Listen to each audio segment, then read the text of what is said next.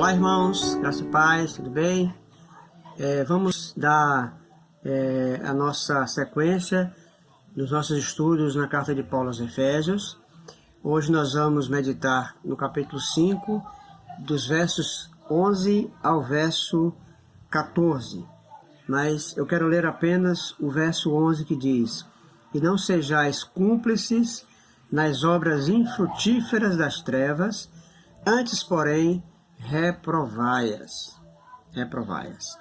Bom, começamos aqui pensando no que Paulo diz de não sermos cúmplices nas obras das trevas. Não ser cúmplice é não praticar obras das trevas, é não concordar com elas, né?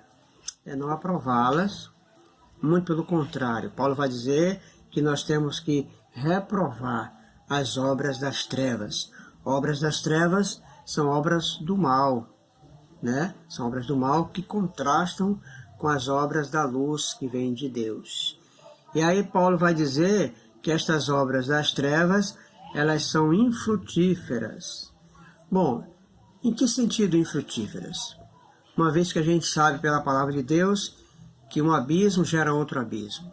Como é que uma obra das trevas não gera frutos?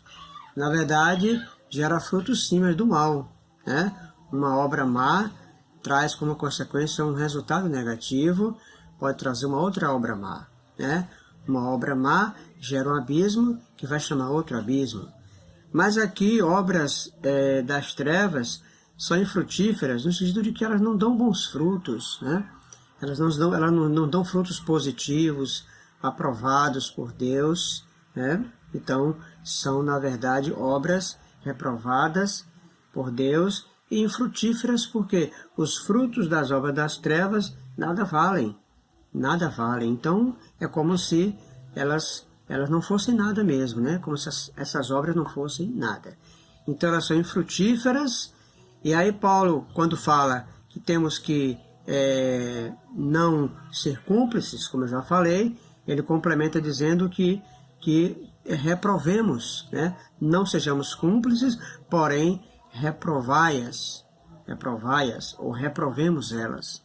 E a reprovação aqui traz a necessidade do uso da razão, do intelecto. A gente não reprova uma coisa sem antes saber se ela tem valor ou não tem. Então a gente pensa antes a respeito delas, a gente avalia, a gente julga, e a gente usa isso, usa do intelecto para esse julgamento, para essa avaliação. Então a gente, ao usar o intelecto, ao usar a razão, a gente chega à conclusão de que as obras das trevas não valem nada e que elas, portanto, devem ser reprovadas. Então essa é a recomendação, esse é o conselho de Paulo, não ser cúmplices nessas obras, mas reprová-las. E aí Paulo vai dizer em seguida que aquilo que é feito em oculto, só o referir-se é vergonhoso. Então as obras das trevas, elas são feitas no oculto. Ninguém mata, por exemplo, alguém na frente de todo mundo de sã consciência. Ninguém adultera na frente de outras pessoas de sã consciência.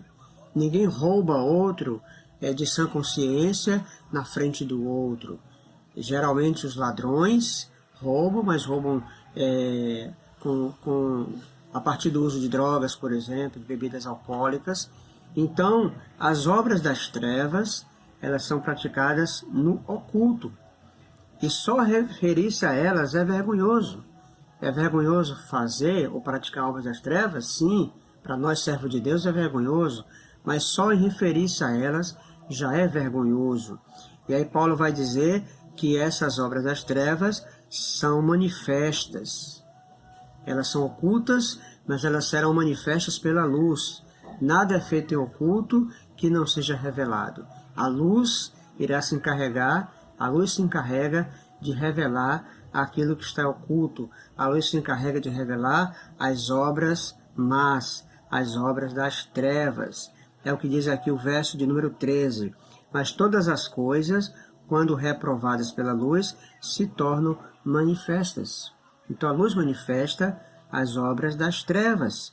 e a luz também reprova as obras das trevas.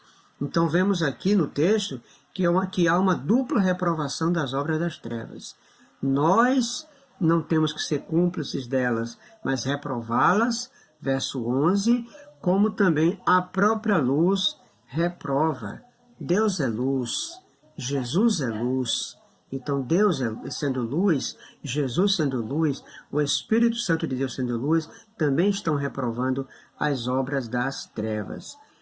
E aí diz mais no versículo 13, porque tudo que se manifesta é luz.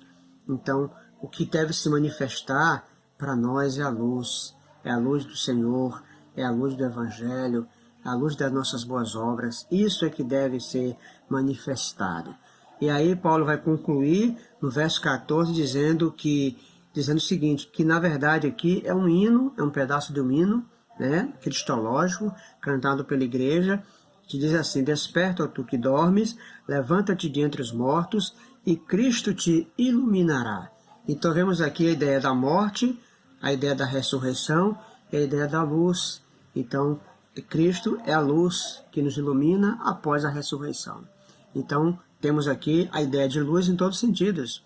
Luz aqui no mundo, né? O Senhor diz que nós somos luz do mundo.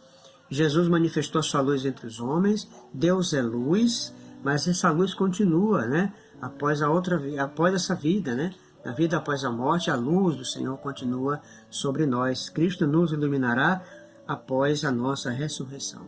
Portanto, meus queridos, fiquemos com as obras da luz, fiquemos com a luz e reprovemos as trevas e as obras das trevas, porque elas não agradam a Deus. É sublime para nós, servo de Deus, manifestarmos as obras da luz, sermos luz e estarmos na luz que é o Senhor. Que Ele possa nos abençoar, que você tenha um excelente dia, em nome de Jesus. Amém.